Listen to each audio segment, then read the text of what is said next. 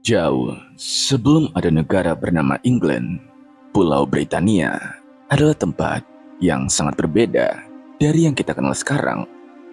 Belum ada kerajaan Inggris, belum ada London sebagai pusat dunia, belum ada kastil besar, pasukan kesatria, ataupun raja-raja terkenal.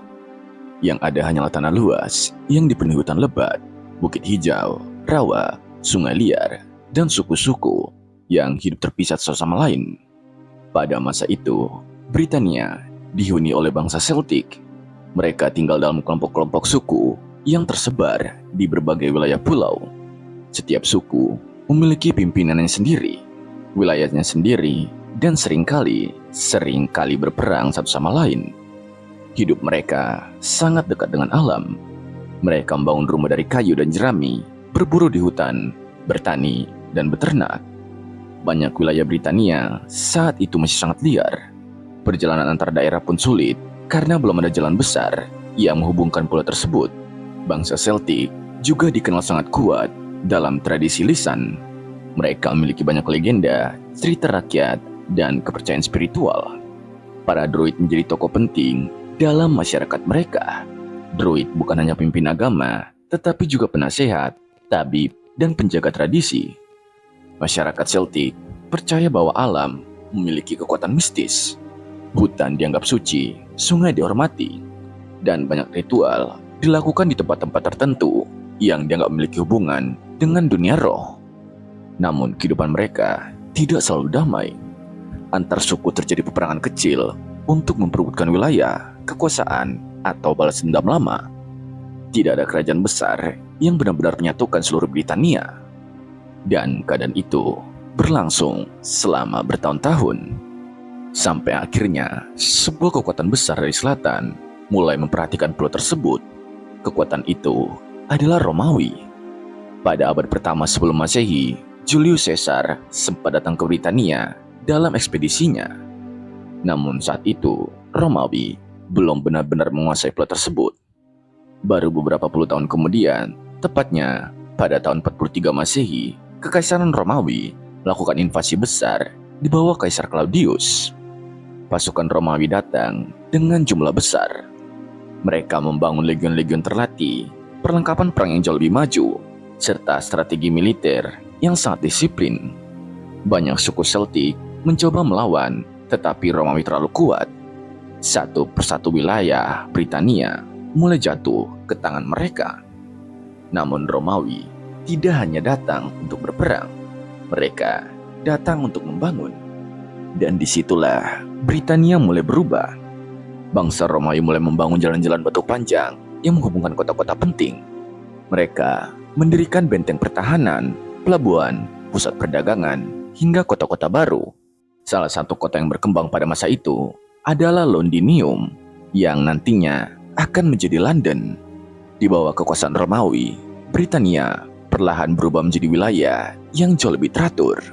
Perdagangan meningkat, sistem administrasi mulai dibentuk, dan kehidupan perkotaan berkembang. Banyak orang Britania mulai terbiasa dengan budaya Romawi. Mereka mengenal pemandian umum, sistem hukum, mata uang, dan cara hidup ala Romawi. Bahkan sebagian bangsawan lokal mulai mengikuti gaya hidup Romawi. Namun tidak semua wilayah bisa sepenuhnya dikuasai. Di bagian utara Britania, suku-suku yang tinggal di wilayah Skotlandia terus melawan. Untuk menghadapi ancaman itu, Romawi membangun benteng pertahanan terbesar yang terkenal hingga sekarang, Hadrian's Wall. Tembok panjang itu dibangun untuk melindungi wilayah Romawi dari serangan suku-suku utara. Selama ratusan tahun, Britania tetap menjadi bagian dari Kekaisaran Romawi. Generasi demi generasi lahir di bawah kekuasaan mereka. Anak-anak tumbuh di kota Romawi. Para pedagang menggunakan jalan Romawi. Tentara Romawi menjaga keamanan wilayah. Dan perlahan, masyarakat Britania mulai terbiasa hidup di bawah perlindungan kekaisaran besar tersebut. Namun jauh di pusat Kekaisaran Romawi, masalah mulai muncul. Wilayah Romawi terlalu luas untuk dikendalikan dengan mudah. Konflik politik sering terjadi. Perebutan kekuasaan muncul di mana-mana. Dan serangan dari berbagai bangsa di Eropa terus meningkat. Kekaisaran yang dulu terlihat sangat kuat, perlahan mulai melemah. Pasukan Romawi mulai kekurangan tenaga, banyak wilayah memberontak, dan pemerintah pusat semakin sulit mengendalikan daerah-daerah jauh seperti Britania. Akhirnya, sekitar awal abad ke-5, Romawi mulai menarik pasukannya dari Britania. Mereka membutuhkan tentara untuk mempertahankan wilayah lain yang lebih penting bagi kekaisaran. Dan untuk Britania, itu menjadi awal dari masalah besar. Karena selama ratusan tahun, masyarakat di sana hidup bergantung pada perlindungan Romawi. Kini benteng-benteng mulai kosong, pasukan mulai pergi, dan pemerintah Romawi tidak lagi mengurus pulau tersebut. Satu demi satu kota mulai kehilangan perlindungan. Jalan-jalan yang dulu ramai mulai rusak, perdagangan melemah, dan banyak wilayah kembali dipenuhi konflik. Britania perlahan jatuh ke dalam kekacauan. Suku-suku lokal mulai saling bertarung lagi untuk memperebutkan wilayah. Serangan dari luar semakin sering terjadi. Tidak lagi kekuatan besar yang menjaga ketertiban seperti sebelumnya. Banyak penduduk hidup dalam ketakutan karena mereka sadar dunia yang selama ini mereka kenal mulai hilang. Dan di tengah kacauan itu, Britania menjadi pulau yang lemah. Pulau yang tidak lagi memiliki perlindungan kuat. Keadaan inilah yang nantinya membuka jalan bagi kedatangan bangsa-bangsa baru dari seberang laut. Manusia-manusia yang kelak akan mengubah sejarah Britania selamanya. Bangsa Anglo-Saxon. Namun saat itu, belum ada yang tahu bahwa sebuah dunia baru sedang mendekat ke pulau tersebut. Dan ketika Romawi pergi, Britania bukan hanya kehilangan pasukan, ia kehilangan seluruh dunia yang selama ratusan tahun membuatnya tetap berdiri.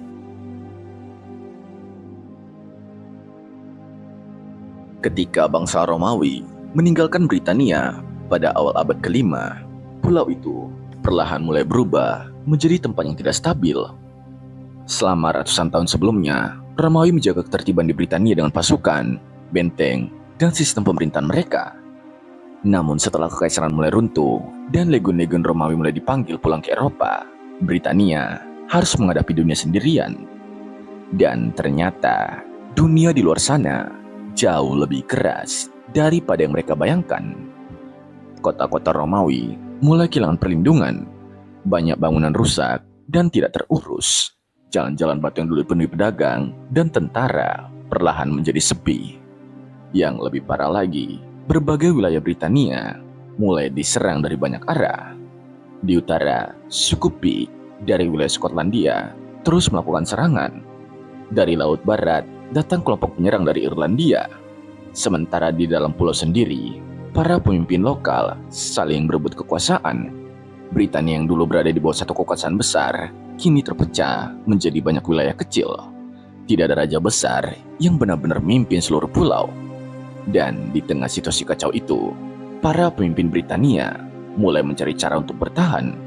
Mereka membutuhkan prajurit yang kuat, prajurit yang terbiasa hidup dalam perang. Mereka mulai meminta bantuan dari bangsa-bangsa di seberang laut utara. Orang-orang itu berasal dari wilayah Jermanik, orang-orang Anglo, Saxon, dan Jutes. Mereka hidup di wilayah yang sekarang menjadi bagian dari Jerman Utara, Denmark, dan daerah sekitarnya. Kehidupan di tanah asal mereka tidak mudah. Cuaca keras, konflik antar suku sering terjadi, dan banyak wilayah sulit untuk berkembang. Karena itulah, banyak kelompok Jermanik mulai mencari kesempatan baru di luar tanah mereka. Ketika tawaran datang dari Britania, banyak dari mereka melihatnya sebagai peluang besar. Awalnya, mereka datang bukan sebagai penjajah. Mereka datang sebagai tentara bayaran. Mereka disewa untuk membantu bangsa Britania melawan serangan dari utara. Salah satu tokoh Britania yang sering dikaitkan dengan peristiwa ini adalah Vortigern, seorang penguasa lokal yang diyakini mengundang sekelompok Saxon ke Britania. Dan pada awalnya, para prajurit Jermanik itu memang membantu. Mereka bertempur melawan musuh-musuh Britania. Mereka menggunakan kapak, tombak, dan perisai besar. Mereka dikenal sebagai pejuang yang keras dan tidak takut mati. Namun seiring waktu, keadaan mulai berubah. Para pendatang ini mulai menyadari bahwa Britania adalah pulau yang kaya dan subur. Tanahnya luas, banyak wilayah tidak memiliki pertahanan kuat, dan masyarakat lokal terpecah. Sementara itu, semakin banyak kapal datang dari wilayah Jermanik membawa lebih banyak orang, petani, keluarga, pedagang, dan pejuang baru. Mereka tidak lagi datang hanya untuk bekerja sebagai tentara. Mereka datang untuk tinggal. Dan dari sinilah konflik besar dimulai. Hubungan antara bangsa Britania, Celtic, dan bangsa Anglo-Saxon mulai memburuk. Perebutan tanah terjadi di banyak tempat. Desa-desa diserang, wilayah-wilayah kecil jatuh satu persatu ke tangan para pendatang. Perang berlangsung selama puluhan tahun. Tidak ada satu pertempuran besar yang langsung menentukan nasib Britania. Yang terjadi adalah perang panjang tanpa henti di berbagai wilayah pulau. Bangsa Anglo-Saxon perlahan bergerak semakin jauh ke pedalaman. Mereka membangun desa baru, mengambil lahan pertanian, dan mendirikan pemukiman permanen. Sementara itu, banyak bangsa Celtic mulai terdesak ke wilayah barat dan utara. Sebagian melarikan diri ke Wales, sebagian ke Cornwall, dan sebagian lainnya bertahan di daerah-daerah pegunungan yang sulit dijangkau. Pada masa inilah muncul banyak legenda tentang perlawanan bangsa Britania terhadap bangsa Saxon. Salah satu legenda paling terkenal adalah kisah King Arthur. Dalam cerita rakyat Inggris, Arthur digambarkan sebagai pemimpin bangsa besar yang melawan invasi Saxon dan mencoba mempertahankan Britania. Hingga hari ini, para sejarawan masih memperdebatkan apakah Arthur benar-benar ada atau hanya gabungan dari beberapa tokoh perang pada masa itu. Namun satu hal yang pasti, legenda Arthur lahir karena masa itu memang penuh perang dan kekacauan. Britania benar-benar sedang berubah, dan perubahan itu tidak terjadi dengan damai. Di tengah peperangan tersebut, bangsa Anglo-Saxon mulai membangun dunia mereka sendiri di Britania. Mereka mendirikan kerajaan-kerajaan kecil yang terus berkembang dari waktu ke waktu. Beberapa kerajaan menjadi sangat kuat, seperti Kerajaan Wessex, Kerajaan Mercia, dan Kerajaan Northumbria. Setiap kerajaan memiliki raja, bangsawan, dan pasukannya sendiri. Kerajaan-kerajaan ini sering saling bersaing untuk memperebutkan wilayah dan pengaruh. Kadang mereka bersekutu, kadang mereka saling menyerang. Britania masih jauh dari kata bersatu. Namun perlahan, budaya Anglo-Saxon mulai mendominasi sebagian besar wilayah pulau. Bahasa mereka mulai digunakan dalam kehidupan sehari-hari. Nama-nama tempat mulai berubah mengikuti bahasa Jermanik mereka. Banyak kota dan desa di Inggris modern masih memiliki nama yang berasal dari masa Anglo-Saxon. Mereka juga membawa tradisi dan hukum mereka sendiri. Masyarakat Anglo-Saxon sangat menghargai keberanian dalam perang. Raja dianggap kuat jika mampu melindungi rakyat dan memenangkan pertempuran. Balai besar menjadi pusat kehidupan masyarakat mereka. Di tempat itulah para pejuang berkumpul, makan bersama, mendengarkan cerita, dan merencanakan perang. Pada awalnya, sebagian besar bangsa Anglo-Saxon masih menyembah dewa-dewa pagan Jermanik seperti Woden dan Tunor. Mereka percaya pada dunia roh, takdir, dan kehidupan setelah kematian. Namun seiring waktu, agama Kristen mulai menyebar kembali ke Britania melalui para misionaris. Dan perlahan, dunia Anglo-Saxon mulai berubah lagi. Budaya Romawi yang tersisa, tradisi Celtic, dan kehidupan bangsa Anglo-Saxon mulai bercampur membentuk identitas baru di Britania. Lalu ada satu hal yang penting yang nantinya akan mengubah sejarah selamanya. Nama. Di antara berbagai suku Jermanik yang datang, bangsa Angles menjadi salah satu kelompok terbesar dan paling berpengaruh. Wilayah tempat mereka tinggal mulai disebut sebagai Angleland, tanah bangsa Angles. Dan dari nama itulah muncul kata England. Namun pada masa itu, England belum menjadi negara besar. Ia hanya kumpulan kerajaan kecil yang terus bertarung satu sama lain. Dunia mereka penuh perang, perebutan kekuasaan, dan perjuangan bertahan hidup. Tidak ada yang tahu bahwa ratusan tahun kemudian, tanah yang kacau itu akan berkembang menjadi salah satu kerajaan paling kuat dalam sejarah dunia. Karena awal mula Inggris sebenarnya sangat sederhana. Ia lahir dari manusia-manusia yang datang dengan kayu kecil, mencari tempat baru untuk hidup. Mereka bertarung demi tanah, mereka membangun desa demi keluarga mereka, dan mereka perlahan mengubah Britania menjadi dunia yang benar-benar baru. Karena Inggris tidak lahir dari satu bangsa, tapi dari perebutan tanah, darah, dan identitas. Setelah bangsa Anglo-Saxon berhasil menguasai sebagian besar Britania, pulau itu perlahan mulai memasuki dunia baru.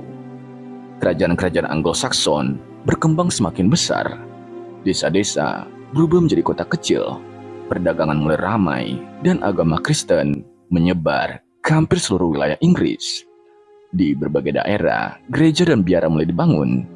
Pada masa itu, biara bukan hanya tempat ibadah. Biara adalah pusat kehidupan intelektual.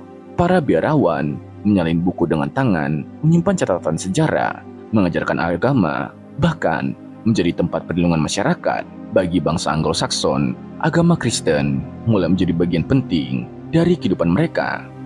Namun di balik perkembangan itu, Inggris masih belum benar-benar bersatu.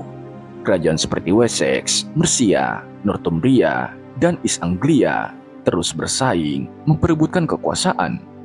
Kadang mereka bersekutu, kadang mereka saling menyerang, dan tanpa mereka sadari, musuh baru sedang mendekat dari Laut Utara. Musuh yang berbeda dari ancaman sebelumnya. Mereka datang menggunakan kapal panjang yang sempit dan cepat.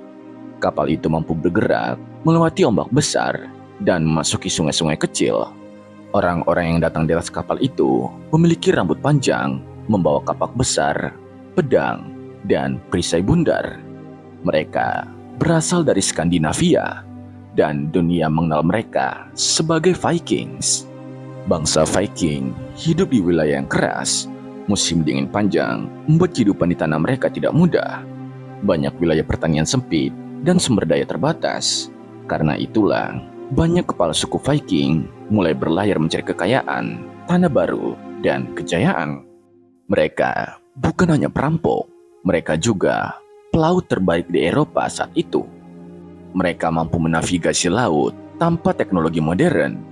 Mereka menjelajahi tempat-tempat yang bahkan belum pernah dilihat banyak bangsa lain. Namun bagi masyarakat Inggris pada masa itu, Viking pertama kali dikenal bukan sebagai penjelajah, melainkan mimpi buruk. Pada tahun 793, terjadi sebuah peristiwa yang mengubah sejarah Inggris. Sebuah kelompok Viking menyerang biara Lindisfarne di pesisir timus Inggris. Raid on Lindisfarne.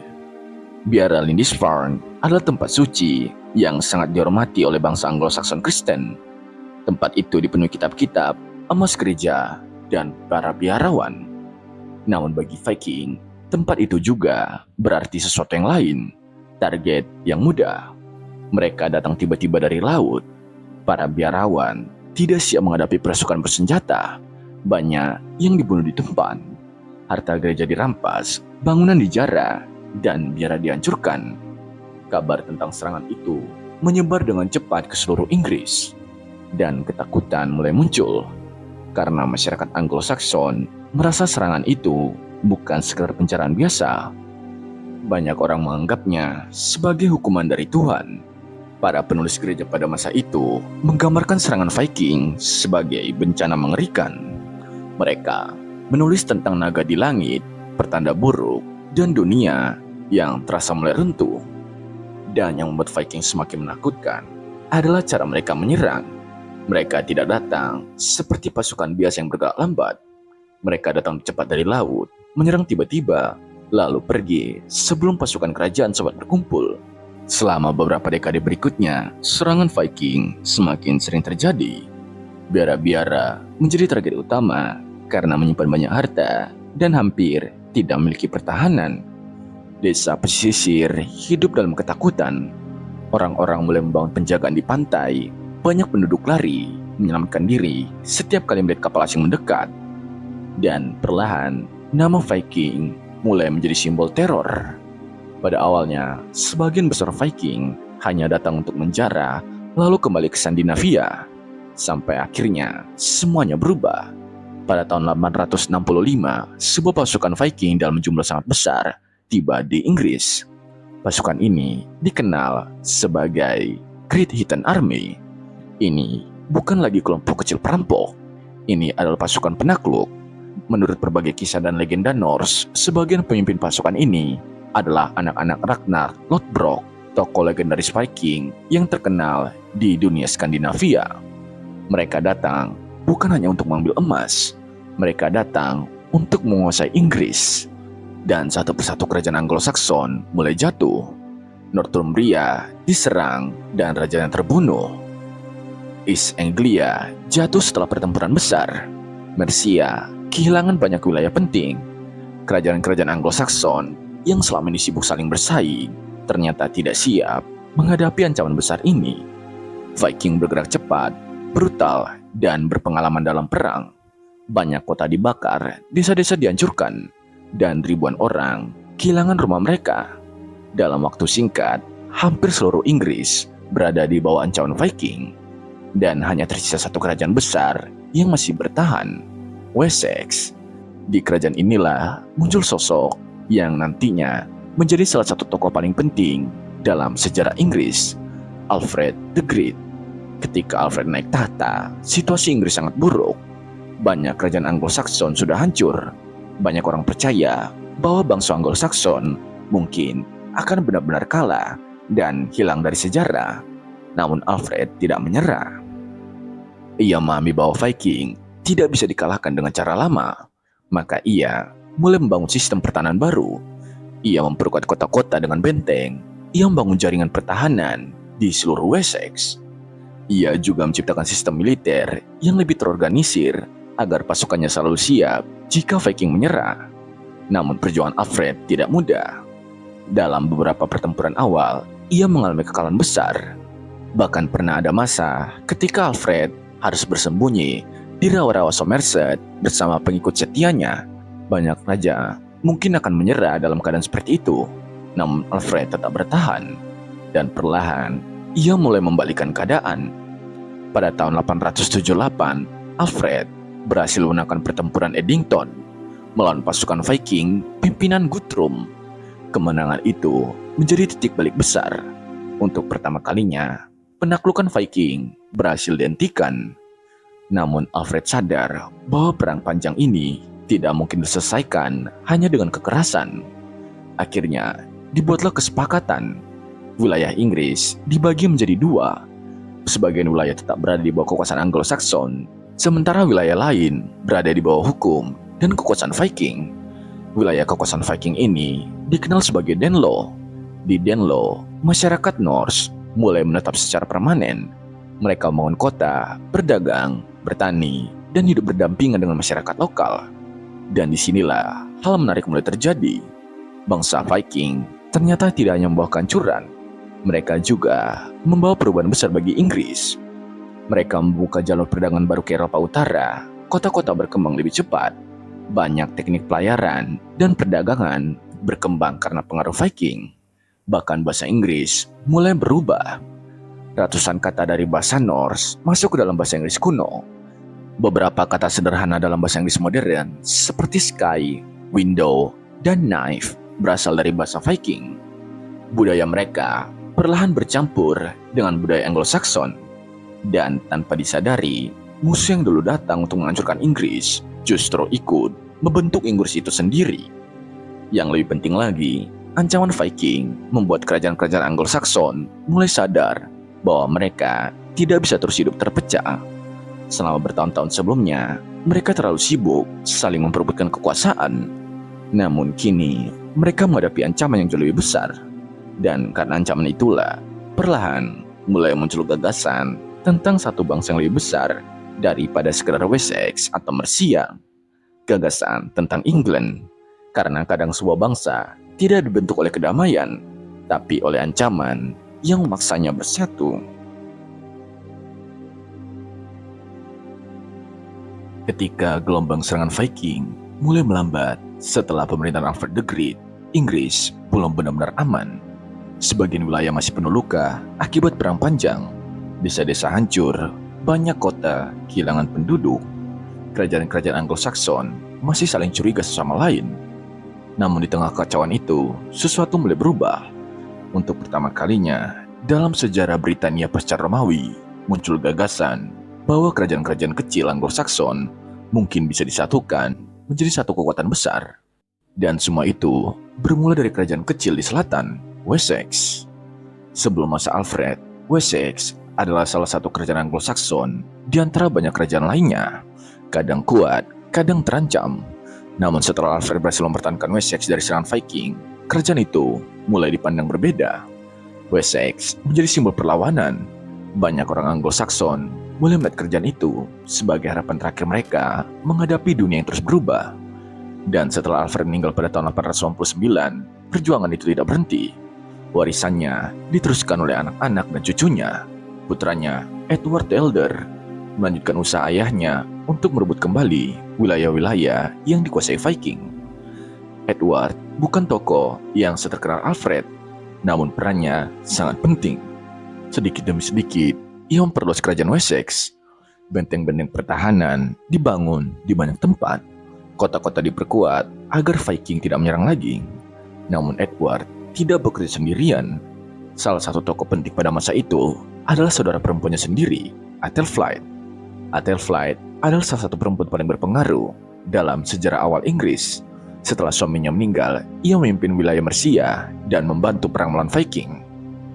Di masa ketika sebagian besar pemimpin perang adalah laki-laki, Athelflaed memimpin pasukan, membangun pertahanan, dan merebut wilayah dari bangsa Denmark.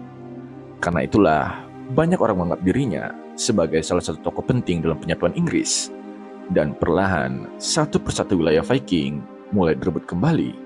Namun perjalanan menuju persatuan tidak pernah mudah, karena Inggris pada masa itu bukan hanya menghadapi musuh dari luar, mereka juga menghadapi konflik dari dalam.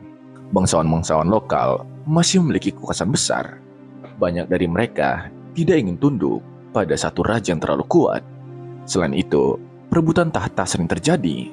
Dalam dunia Anglo-Saxon, suksesi kerajaan tidak selalu berjalan damai. Ketika seorang raja meninggal, berbagai pihak bisa mengklaim hak atas tahta.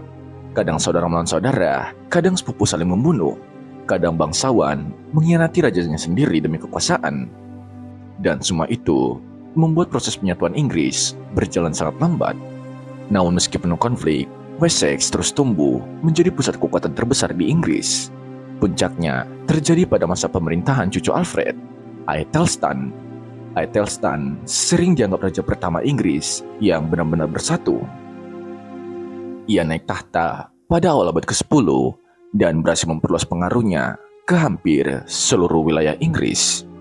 Kerajaan-kerajaan Anglo-Saxon yang dulu berdiri sendiri perlahan mulai berada di bawah kekuasaannya.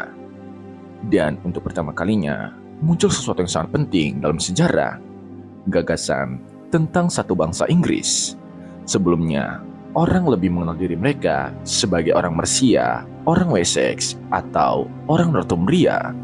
Namun di masa Aethelstan, mulai muncul identitas baru, orang Inggris. Aethelstan bahkan menggunakan gelar King of the English. Bukan Raja Wessex, bukan raja satu kerajaan kecil, tapi Raja bangsa Inggris.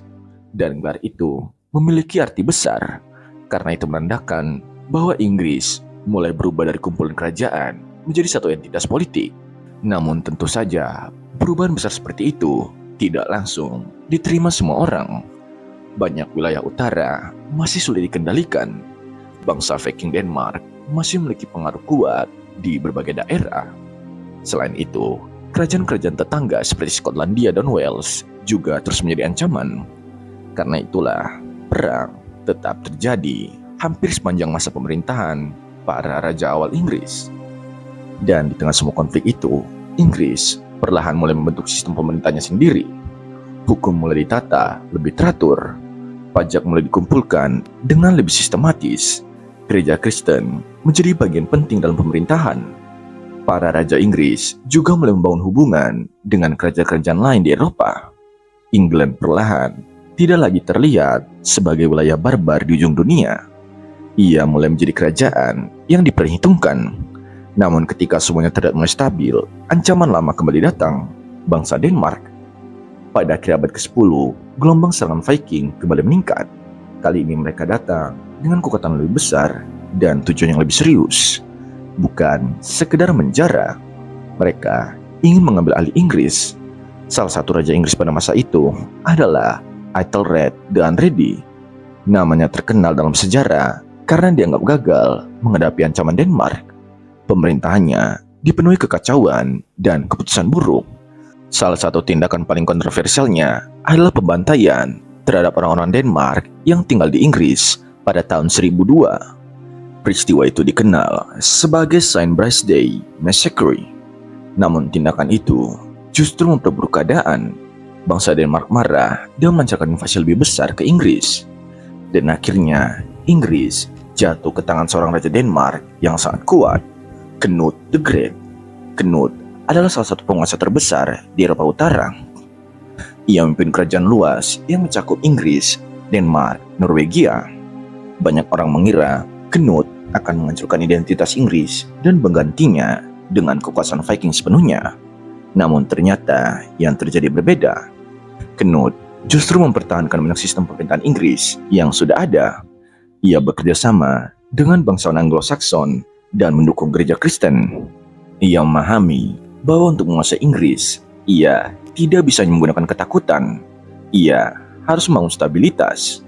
Dan karena itulah, masa pemerintahannya justru membantu memperkuat struktur kerajaan Inggris.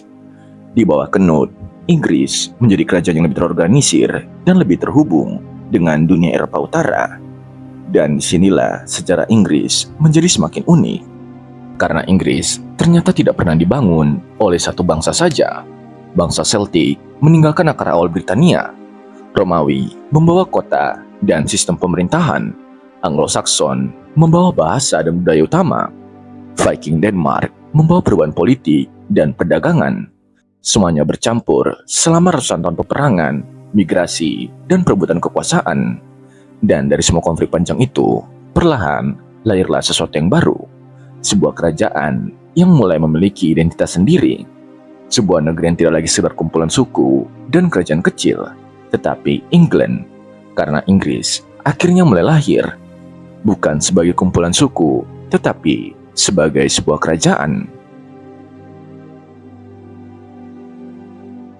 Pada awal abad ke-11, kerajaan Inggris perlahan mulai berubah menjadi salah satu kerajaan paling kuat di Eropa Utara.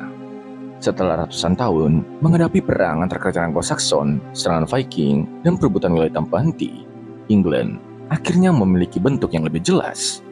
Raja-raja Inggris mulai memerintah wilayah yang lebih luas.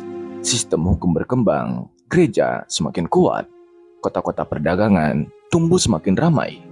Dan di balik semua itu, masyarakat Inggris mulai merasa bahwa mereka adalah bagian dari satu kerajaan yang sama. Namun sejarah Inggris tidak pernah benar-benar tenang, karena di setiap masa ketika Inggris mulai stabil, selalu ada kekuatan baru yang datang dan mengubah semuanya lagi.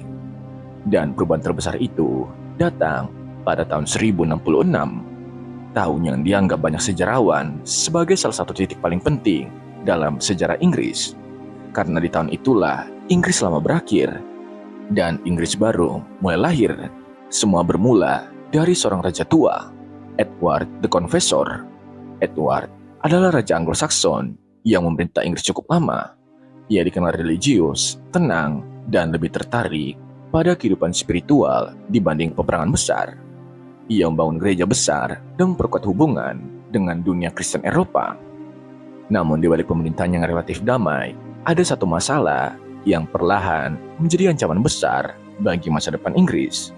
Edward tidak memiliki anak, dan di abad pertengahan, raja tanpa pewaris adalah masalah yang sangat berbahaya. Karena tahta bukan hanya simbol kekuasaan, tahta adalah pusat stabilitas kerajaan. Jika tidak ada penerus yang jelas, maka semua orang kuat mulai merasa memiliki hak untuk mengambilnya. Dan itulah yang mulai terjadi menjelang akhir hidup Edward. Di sekitar raja, berbagai kelompok bangsawan mulai bergerak diam-diam. Aliansi dibangun, janji dibuat, klaim mulai bermunculan. Karena semua orang tahu, ketika Edward meninggal, Inggris akan berubah menjadi medan perebutan kekuasaan. Dan benar saja, pada Januari 1066, Edward meninggal dunia. Hampir seketika, perebutan tahta dimulai. Tokoh paling kuat di Inggris saat itu adalah Harold Godwinson. Harold berasal dari keluarga Godwin, keluarga bangsawan yang paling berpengaruh di Inggris. Ia adalah pemimpin militer berpengalaman dan memiliki dukungan besar dari bangsawan Anglo-Saxon. Setelah kematian Edward, Harold segera dinobatkan menjadi Raja Inggris. Namun masalahnya, ada orang lain yang merasa tahta itu seharusnya menjadi miliknya. Di seberang selat Inggris, di wilayah Normandia, seorang adipati sedang marah besar. Namanya William the Conqueror. William adalah penguasa Normandia di Prancis Utara. Dan asal-usul bangsa Norman sendiri sangat menarik. Beberapa generasi sebelumnya, wilayah Normandia sebenarnya diberikan kepada bangsa Viking yang menetap di Prancis. Namun seiring waktu, keturunan Viking itu berubah. Mereka mulai menggunakan bahasa Prancis, mereka memeluk Kristen, mereka membangun budaya bangsawan Eropa Barat. Dan dari campuran Viking dan budaya Prancis itulah lahir bangsa Norman. William percaya bahwa Edward pernah menjanjikan tahta Inggris kepadanya. Bahkan menurut versi Norman, Harold Godwinson juga pernah bersumpah akan mendukung klaim William. Karena itulah, ketika Harold justru mengambil tahta, William menganggap itu sebagai pengkhianatan besar. Dan bagi William, pengkhianatan harus dibalas. Ia mulai mempersiapkan invasi terbesar dalam hidupnya. Di Normandia, William mengumpulkan ribuan pasukan, ksatria berkuda, pemanah, infanteri, kapal perang. Ia juga minta dukungan dari gereja. Paus mendukung invasinya dan bahkan memberikan restu keagamaan. Hal itu membuat banyak ksatria dari berbagai wilayah Eropa ikut bergabung dengan William. Karena bagi mereka, perang ini bukan sekedar perebutan tahta. Ini dianggap suci yang didukung gereja. Sementara itu di Inggris, Harold belum sempat benar-benar mempersiapkan diri menghadapi William. Karena masalah lain muncul lebih dulu. Dari utara, datang ancaman baru. Harald Hardrada, Raja Norwegia yang terkenal sebagai salah satu pejuang Viking terakhir, juga mengklaim hak atas tahta Inggris. Ia menyerang Inggris bersama sekutu Anglo-Saxon yang membelot. Harold Godwinson tidak punya pilihan selain bergerak ke utara dengan pasukannya. Dan di sana terjadi pertempuran Stamford Bridge. Pertempuran itu sangat brutal, namun akhirnya Harold berhasil menang besar. Hardrada terbunuh dan invasi Norwegia berhasil dihentikan. Kemenangan itu sebenarnya luar biasa, tapi ada satu masalah besar. Pasukan Harold kelelahan. Mereka baru saja bertempur keras dan berjalan jauh ke utara. Dan sebelum mereka sempat beristirahat, kabar datang bahwa William sudah mendarat di selatan Inggris. Harold terpaksa memaksa pasukannya berjalan lebih cepat kembali ke selatan. Ratusan kilometer ditempuh dalam waktu singkat. Pasukan lelah, persediaan terbatas. Namun perang belum selesai. Dan pada tanggal 14 Oktober 1066, dua dunia bertabrakan di sebuah tempat bernama Hastings, Battle of Hastings. Pertempuran itu berlangsung sepanjang hari. Pasukan Anglo-Saxon, Harold bertahan di atas bukit menggunakan formasi dinding perisai yang sangat kuat. Mereka berdiri rapat dengan kapak dan perisai besar. Sementara pasukan Norman, William jauh lebih beragam. Mereka memiliki pemanah, infanteri, ksatria berkuda. Norman menggunakan taktik perang yang lebih modern dibanding Anglo-Saxon. Gelombang demi gelombang serangan dilancarkan ke bukit tempat pasukan Harold bertahan. Awalnya Anglo-Saxon mampu bertahan dengan baik, namun William menggunakan strategi cerdik. Pasukannya pura-pura mundur untuk memancing tentara Inggris keluar dari formasi. Dan ketika formasi Anglo-Saxon mulai pecah, pasukan Norman menyerang balik. Pertempuran berubah menjadi kekacauan besar. Lalu tibalah momen yang menentukan sejarah Inggris selamanya. Harold Godwinson tewas. Menurut legenda terkenal, ia terkena panah di matanya sebelum akhirnya dibunuh di medan perang. Dan ketika Harold jatuh, Inggris lama ikut jatuh bersamanya. William memenangkan pertempuran, dan sejak saat itu, ia dikenal sebagai William the Conqueror, penakluk Inggris. Namun kemenangan William bukan hanya pergantian raja, ia mengubah Inggris secara total. Setelah menjadi raja, William mulai mengambil alih tanah-tanah bangsawan Anglo-Saxon dan memberikannya kepada para bangsawan Norman yang setia padanya. Kelas penguasa Inggris berubah hampir sepenuhnya. Bangsa Norman kini menguasai kerajaan. Mereka membangun sistem feodal yang jauh lebih ketat. Raja berada di puncak kekuasaan. Di bawahnya, para bangsawan Norman, lalu ksatria, tentara, dan rakyat biasa. William juga membangun banyak kastel batu besar di seluruh Inggris untuk mengontrol wilayah yang baru ditaklukkan. Salah satu yang paling terkenal adalah Tower of London. Kastel-kastel itu bukan hanya benteng. Mereka adalah simbol kekuasaan Norman, simbol bahwa Inggris kini memiliki penguasa baru. Bahasa Inggris juga berubah besar-besaran. Para bangsawan Norman berbicara bahasa Prancis, sementara rakyat biasa tetap menggunakan bahasa Anglo-Saxon. Selama ratusan tahun, dua bahasa itu bercampur, dan dari campuran itulah lahir bahasa Inggris modern. Karena itulah, bahasa Inggris memiliki begitu banyak kata yang berasal dari Prancis. Budaya Inggris pun ikut berubah. Norman membawa budaya ksatria, turnamen, hukum feodal, administrasi yang lebih terorganisir, dan hubungan yang lebih dekat dengan Eropa daratan. William juga memerintahkan pencatatan besar-besaran seluruh tanah dan kekayaan Inggris. Catatan itu dikenal sebagai Domesday Book. Buku itu menjadi salah satu dokumen paling penting dalam sejarah Inggris. Namun yang paling menarik, Norman tidak benar-benar menghapus budaya Anglo-Saxon. Sebaliknya, kedua budaya itu perlahan menyatu. Bangsa Anglo-Saxon tetap menjadi mayoritas rakyat Inggris. Bahasa mereka tetap digunakan, tradisi mereka tetap hidup. Sementara bangsa Norman membawa struktur kekuasaan baru. Dan dari percampuran itulah lahir Inggris yang baru. Inggris yang lebih kuat, lebih terorganisir, dan lebih siap menjadi kerajaan besar di masa depan. Penaklukan Norman tahun 1066 menjadi awal perjalanan panjang Inggris menuju kekuatan dunia. Karena di titik itulah, Inggris perlahan berkembang menjadi kerajaan yang suatu hari akan membangun armada laut besar, menjelajahi dunia, dan menciptakan imperium terbesar dalam sejarah. Namun jika melihat seluruh perjalanan Inggris dari awal, semuanya selalu dibentuk oleh campuran banyak dunia.